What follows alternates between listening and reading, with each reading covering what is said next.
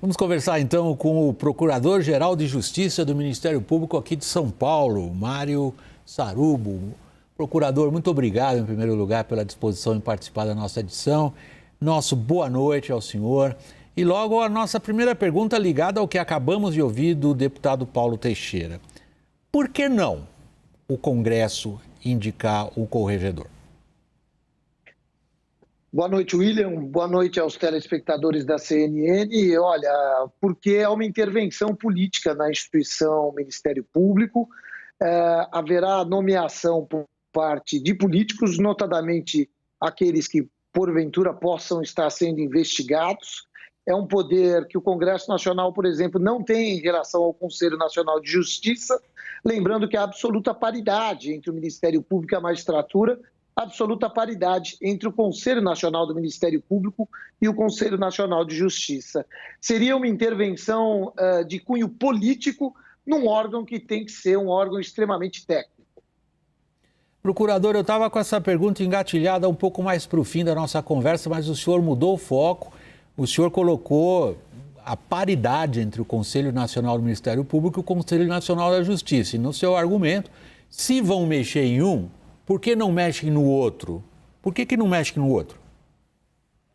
Porque eu acho que não tem que mexer em nenhum deles, na verdade, e porque eles querem mexer mesmo é no Ministério Público, porque o Ministério Público incomodou. Como eu disse hoje na manifestação que fizemos em frente ao prédio do Ministério Público aqui em São Paulo, nós estamos sendo punidos pelos nossos acertos.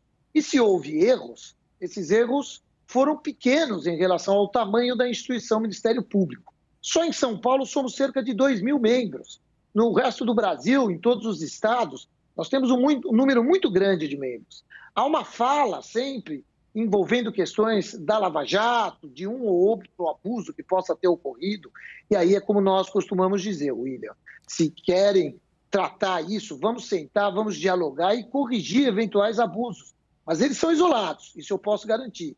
Inclusive, se você me permitir, há uma fala do presidente Arthur Lira e do próprio Paulo Teixeira, no sentido de que o Conselho Nacional não funciona. Ele funciona, os números estão aí. A lei de transparência mostra para quem quer ver. O Conselho Nacional do Ministério Público, assim como o CNJ, punem bastante. Sempre lembrando que são instâncias supletivas das corregedorias locais. Ou seja, então está sendo punido. Não há por que fazer essa mudança. Procurador, o senhor se referiu exatamente ao que eu ia lhe perguntar também, que é a forte reação dos seus colegas, dos integrantes do Ministério Público, a essa que ficou sendo apelidada no linguajar político de PEC da vingança, sugerindo que é uma vingança das instâncias políticas ao trabalho que o senhor mencionou, que pode ter tido abusos aqui e ali, mas que o senhor diz, na sua forma de analisar o assunto, no seu total, funcionou e por isso os políticos não gostam. Agora, na questão específica do corregedor, encarregado de punir esses abusos aos quais o senhor se referiu também, sendo um colegiado, havendo um indicado por fora, de qualquer maneira, uma eventual punição seria vindo de um colegiado ou não? A punição seria do colegiado, sem sombra de dúvida, mas a questão envolve, ela é um pouco mais ampla, na medida em que a PEC, ela prevê o aumento da participação de membros nesse colegiado indicados pelo Congresso Nacional. Os Ministérios Públicos dos Estados, por exemplo, que representam cerca de 85% do Ministério Público brasileiro, encolhe ainda mais na sua representatividade nesse conselho e aumenta a representatividade do parlamento, notadamente dos membros que são indicados pelo parlamento.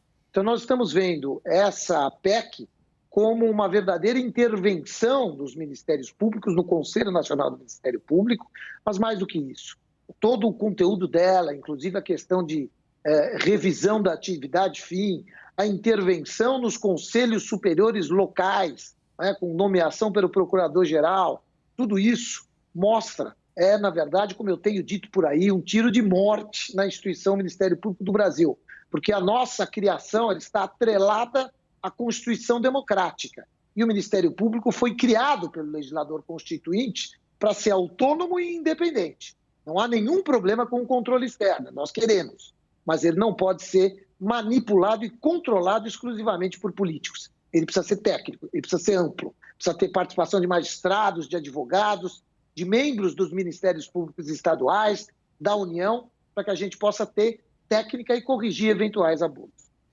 Procurador, por último, a partir da sua resposta, eu sou obrigado a pensar da seguinte maneira. O senhor está vendo, e boa parte dos seus colegas também, essa, digamos, interferência política do Parlamento no Ministério Público como uma agressão ao que a Constituição de 88 colocou como papel do Ministério Público. O Ministério Público encara a sociedade brasileira como hipossuficiente, ou seja, incapaz de se defender sozinha e precisa de alguém que a proteja. O senhor, por exemplo, é isso que eles querem acabar? Exatamente. Eles querem acabar com aquele que tem independência, que tem autonomia e que pode, sem nenhum freio, lutar contra os poderosos. É o que eu costumo dizer. O promotor de justiça, se preciso for, enfrenta o prefeito enfrenta o deputado, o procurador-geral enfrenta o governador, porque nós temos as nossas garantias. É a garantia da nossa independência e de que nós vamos atuar sempre em prol da população brasileira. É essa a lógica da instituição construída na Constituição Federal de 1988. É uma questão, portanto, William, de cidadania do povo brasileiro. O Congresso hoje, com essa PEC, ataca a cidadania do povo brasileiro.